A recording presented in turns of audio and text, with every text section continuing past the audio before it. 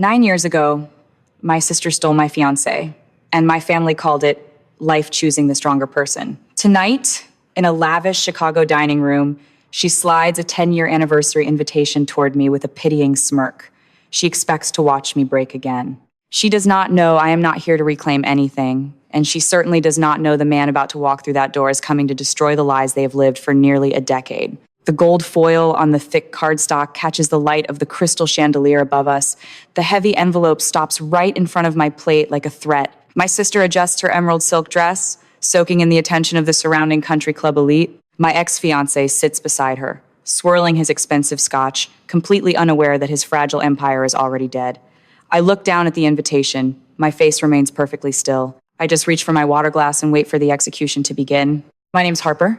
I am 32 years old, and I have spent almost a decade mastering the art of silence. You learn a lot when you become the ghost of your own family. 9 years ago, my world did not end with a dramatic explosion. It ended with the soft click of a bedroom door closing. I had come home early to my shared apartment and caught my sister, Sloane, tangled in the sheets with Julian, the man I was supposed to marry in less than a month. The betrayal from the man I loved was a knife slipping neatly between my ribs. The betrayal from my own blood twisted that blade until my reality shattered. I fled that apartment and drove straight to my childhood home, seeking the unconditional shelter of my parents. I walked into the grand foyer, choking on tears, my chest heaving with agonizing sobs. I waited for the outrage. I waited for my father to pull me into his arms and my mother to curse the man who had broken her daughter. Instead, my mother, Beatrice, set her teacup down with a quiet, decisive clink. She looked at my tear-stained face with cold anthropological annoyance. She walked up to me, her posture rigid, and delivered the words that would serve as the architectural blueprint for the rest of my life.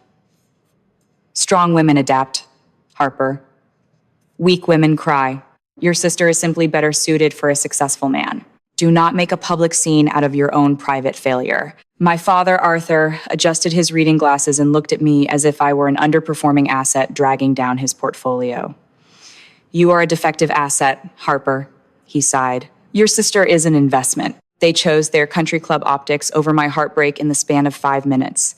I walked out of that house with exactly one suitcase and a bleeding hole where my family used to be. They laughed at me then. They built a towering, glittering narrative of Sloane and Julian's magnificent triumph over the pathetic, withdrawn sister. But sitting here tonight at the VIP table, looking at their smug faces, I smile inwardly. They did not know that their laughter was sealing their financial doom. They threw me away, entirely unaware they were forcing me to build an armor they could never pierce. I poured my grief into my career. I became a real estate broker specializing in high-stakes commercial acquisitions and forensic property tracing. I learned how to dismantle failing enterprises and spot the rot beneath the glossy marketing. I hardened into a woman who viewed emotions as a liability and data as the only reliable god. And it was exactly that ruthless attention to data that brought me to this dinner tonight. My late grandfather had left behind a massive, sprawling lakeside cabin. It was the only place I ever felt truly loved as a child, held in a joint trust between Sloane and me. Knowing my family's boundless greed, I had placed a strict title freeze and county clerk alerts on the property years ago. 3 weeks ago, my phone pinged. The alert flashed across my screen, cold and undeniable. Sloane and Julian had filed a massive commercial mortgage against the cabin. They had extracted $3,500,000 in liquid capital to fund Sloane's fraudulent wellness influencer brand and to bury Julian's mounting underground gambling debts. They achieved this by forging my signature. Julian had utilized a strip mall notary named Marcus, a man drowning in his own bookie debts, to legally verify the fraudulent documents. I did not scream. I did not call my parents demanding answers. The weeping girl in the foyer was dead. Instead, I took the stamped deed straight to my husband. Vance is a federal prosecutor. He is a man of terrifying calm, the quiet, inescapable legal anvil to my hammer. We did not use his task force to kick down doors.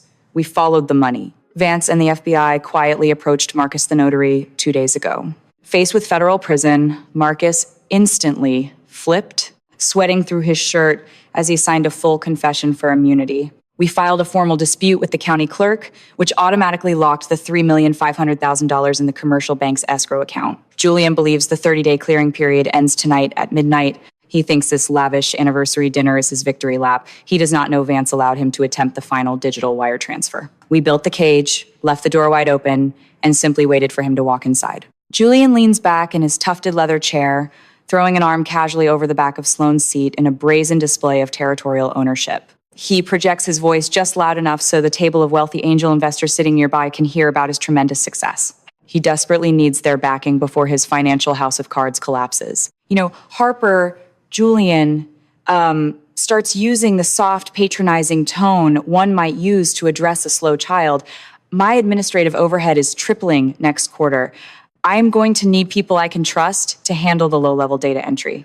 He offers a magnanimous, overly generous smile for the benefit of the investors. If you are struggling with your little real estate gigs, I could easily carve out an assistant desk for you. Minimum wage, of course, but it comes with basic benefits. It might do you some good to be part of a winning team for once. Arthur swells with patriarchal pride, swirling his red wine. It takes immense courage to build an empire, my father booms, looking pointedly at Sloane. We are just thrilled we finally invested in the right child with actual vision. I absorb the abuse. The air in the room feels thick with their toxic arrogance, but my shoulders are incredibly light. I slide my crystal water glass across the linen tablecloth. How exceptionally thoughtful of you, Julian, I reply. My voice is smooth, agreeable, entirely devoid of the indignation they are begging to provoke. To visually punctuate his utter dismissal of me, Julian snaps his fingers sharply in the air, signaling the impeccably dressed waiter. Bring us a round of the most expensive vintage champagne you have, Julian orders loudly, puffing out his chest. Put it directly on my black corporate card. He slaps the heavy metal card onto the silver tray. A $5,000 toast to the future. The waiter bows and vanishes. For 3 minutes, Sloane continues to loudly detail her brand new wellness retreats in Sedona, boasting about holistic alignment and spiritual healing while sitting in a room thick with toxicity, dripping in diamonds funded by deceit. The waiter returns. He does not carry crystal flutes. He carries only the small silver tray, resting the black metal card upon the polished surface. His expression is a masterpiece of unreadable neutrality. I apologize, sir, the waiter murmurs. It appears your card has been declined. Would you prefer an alternative method of payment? The color vanishes instantaneously from Julian's face, leaving his skin a sickening ashen gray. He snatches the card as if it were burning his fingers. That is impossible, Julian snaps, his voice cracking. Run it again. It is a premium tier account. There is obviously a massive glitch in your payment terminal. He is sweating now, his eyes darting frantically toward the table of angel investors who are suddenly looking very uncomfortable. He scrambles for his phone, pulling up his banking app. The slick, confident veneer shatters, exposing the terrified, cornered grifter underneath. It is not a terminal glitch, Julian, I say. My voice slices through the heavy, perfumed air with the precision of a scalpel, and it is certainly not a temporary security hold. Julian's head snaps up. He glares at me, his jaw working uselessly. Then, the desperate survival instinct violently takes over. He aggressively pivots, attempting to gaslight the entire room. You did this! Julian snarls, pointing a shaking finger at me. He raises his voice, ensuring the investors hear him play the victim. You used your real estate contacts to maliciously freeze my accounts. This pathetic, consuming jealousy because you cannot handle where your miserable life ended up. You are trying to sabotage my funding out of pure spite. The country club elite begin to whisper. Hostile glares burn into the side of my face. Sloane scoffs loudly, playing the persecuted queen perfectly. I sit perfectly still, enduring the public humiliation in complete silence. Let him dig. Let him exhaust his final breath of arrogance. The heavy brass doors of the VIP section swing open. Vance walks into the room. He wears a perfectly tailored dark suit that absorbs the ambient light. He radiates the freezing, absolute authority of a man who holds every single winning card in the deck. He walks directly to my side, placing a warm, firm hand on my shoulder. Vance looks down at Julian with profound, chilling boredom. You have a fundamental misunderstanding of the banking system, Julian, my husband states, his deep baritone silencing the entire room. At exactly 8 o'clock tonight, you opened your banking application and clicked accept on the final transfer terms for the $3,500,000 commercial mortgage. Julian stops breathing. By executing that digital signature, Vance continues, his tone flattening into a terrifying legal drone, you officially cross the threshold into felony attempted wire fraud. The funds were locked in escrow by a formal dispute filed 3 weeks ago. Not a single cent ever left the bank. Sloane's perfectly contoured face begins to physically collapse. What on earth is he talking about? Sloane demands, her voice wavering, completely losing its aristocratic edge. Your empire is a stage play, Sloan, and the curtain is currently on fire, I say softly. I stand up, directing the attention of the elite crowd toward the grand glass windows overlooking the valet driveway. A heavy tow truck with flashing yellow lights is currently hooking up the imported luxury Bentley. Your car is 90 days past due on its corporate lease. Sloan. I tipped off the private repossession agency an hour ago. The wealthy patrons gasp. The investors at the next table physically recoil in disgust. And that magnificent emerald silk gown you are parading around in, I continue, my voice entirely devoid of mercy, is a high-end rental. If you cross your legs too sharply, anyone can clearly see the large white inventory barcode tag still temporarily basted into the inner hem of the skirt. You did not even bother to hide it properly. Sloan instinctively jerks her legs under the table, her face flushing a violent crimson. Vance turns his attention back to my ex-fiancé. We have the fully signed, notarized confession from Marcus, the notary you bribed, Vance says. The federal warrants were signed this afternoon. As if summoned by the legal decree, 3 large men wearing sharp, inconspicuous dark suits step seamlessly from the shadows of the dining room. One of the agents reaches out, grabbing Julian by the lapels of his velvet jacket, spinning him around with brutal, practiced efficiency. The sound of heavy steel handcuffs ratcheting tightly around Julian's wrists echoes sharply over the stunned silence of the room. Julian Pierce. The federal agent booms, projecting clearly across the restaurant. You are under arrest for multiple counts of wire fraud, bank fraud, and the criminal forgery of commercial loan documents. The golden boy, the untouchable mastermind who had stolen my future to build his own, is paraded out of the building in steel chains. His dignity is completely stripped away under the glaring lights of high society. Beatrice's rigid posture collapses entirely. The grand, terrifying illusion of her matriarchal power dissolves into nothing. She slides out of her tufted leather chair, her heavy pearl necklace clattering against the polished wood. She falls to her knees, her trembling fingers wrapping desperately around the hem of my simple dress. Harper, please, my mother sobs, her voice breaking into a pathetic, high-pitched wail. You have to stop this. We are losing everything. The social scandal will ruin us. Tell your husband to call off the FBI. We are your family. I beg you. I look down at the woman who had watched me shatter 9 years ago and felt nothing but annoyance. I feel no rage. I feel no sorrow. I simply feel an overwhelming, profound emptiness. Strong women adapt. Mother, I whisper, letting the syllables roll off my tongue with absolute lethal precision. Weak women cry. I gently but firmly pull the fabric of my dress out of her desperate grip. I take Vance's hand, and we walk out of the suffocating room, leaving them to choke on the ashes of their own arrogance. Julian went straight to a federal holding cell, but Sloan is a completely different breed of monster. The narcissistic survival instinct violently seized control of her brain. She immediately played the victim, crying to the police that she was a battered wife, financially manipulated by Julian, with absolutely no knowledge of the forged signature. She evaded immediate arrest, retreating to our parents' home to lick her wounds. 2 nights later, driven by pure, psychotic spite, she decided that if she could not have the lakeside cabin, I could not have it either. She drove out to the property in the dead of night with 2 heavy plastic cans of gasoline. She thought she was a brilliant, untraceable phantom. She forgot that I am a real estate broker who deals in property security every single day. I had installed covert, motion-activated cellular trail cameras along the entire perimeter of the property. The exact moment Sloan unscrewed the cap and began pouring the accelerant onto the wooden porch, the motion sensors alerted my phone and instantly dispatched the local county sheriff. Deputies tackled her into the dirt before she could even strike the match.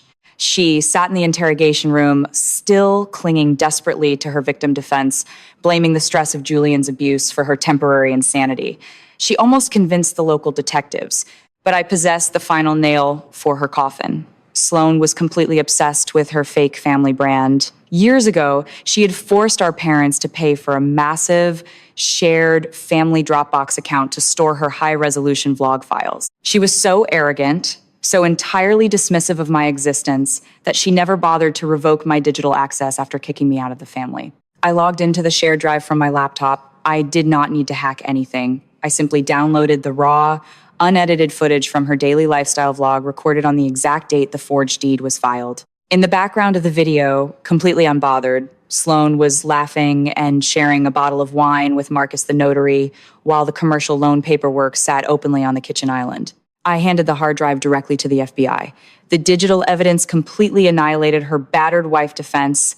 Her own insatiable vanity earned her a 10-year mandatory minimum sentence in a federal penitentiary for conspiracy and attempted arson. The court also ordered complete restitution, forcing my parents to liquidate their retirement portfolios to cover the legal damages, permanently removing them from the elite social circles they worshipped. 6 months have passed since that night. I am standing on the wooden porch of the lakeside cabin, wrapped in a heavy wool blanket, breathing in the sharp, freezing, and incredibly clean winter air. The property is completely secure, legally bound solely to my name. It is quiet out here. The frantic, exhausting noise of my family's constant demands has been permanently silenced. A few weeks ago, a letter arrived in my mailbox. It was stamped from the state correctional facility.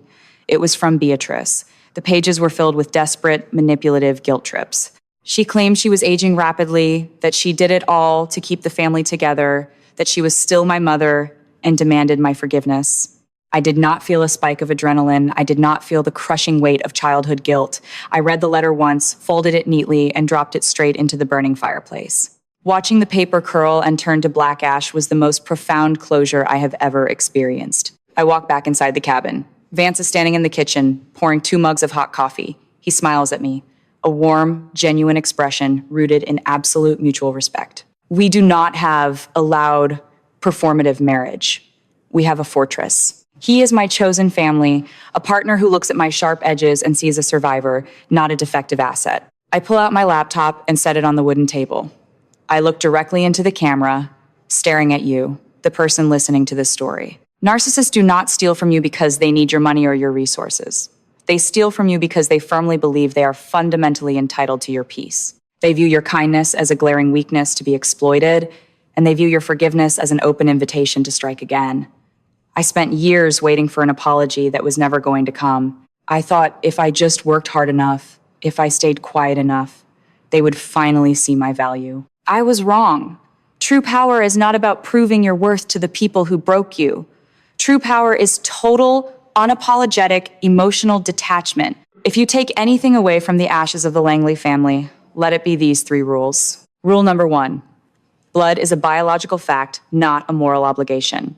You do not owe your sanity, your finances, or your future to people who use the word family as a weapon to demand your compliance. An abuser with a matching last name is still an abuser. Rule number 2, silence is the ultimate predator. When dealing with toxic arrogance, do not argue. Do not try to explain your pain to them, and absolutely never warn them about the boundaries you are setting. Let their own staggering hubris blind them while you quietly build the cage. Rule number 3, your success is the only revenge that leaves no scars on your soul.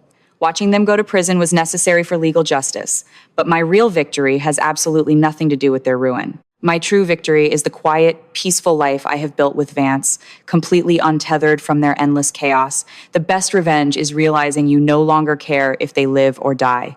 Have you ever had to walk away from the people who were supposed to protect you? How did you find the strength to stop crying, adapt, and finally close the door on your own toxic family? Leave your story in the comments below. Let this community be the validation you never received at home. If my journey gave you peace today, please hit subscribe, like this video, and share it with someone who desperately needs to hear that their silent resilience is their greatest weapon. I am Harper, and for the first time in my entire life, I am completely free.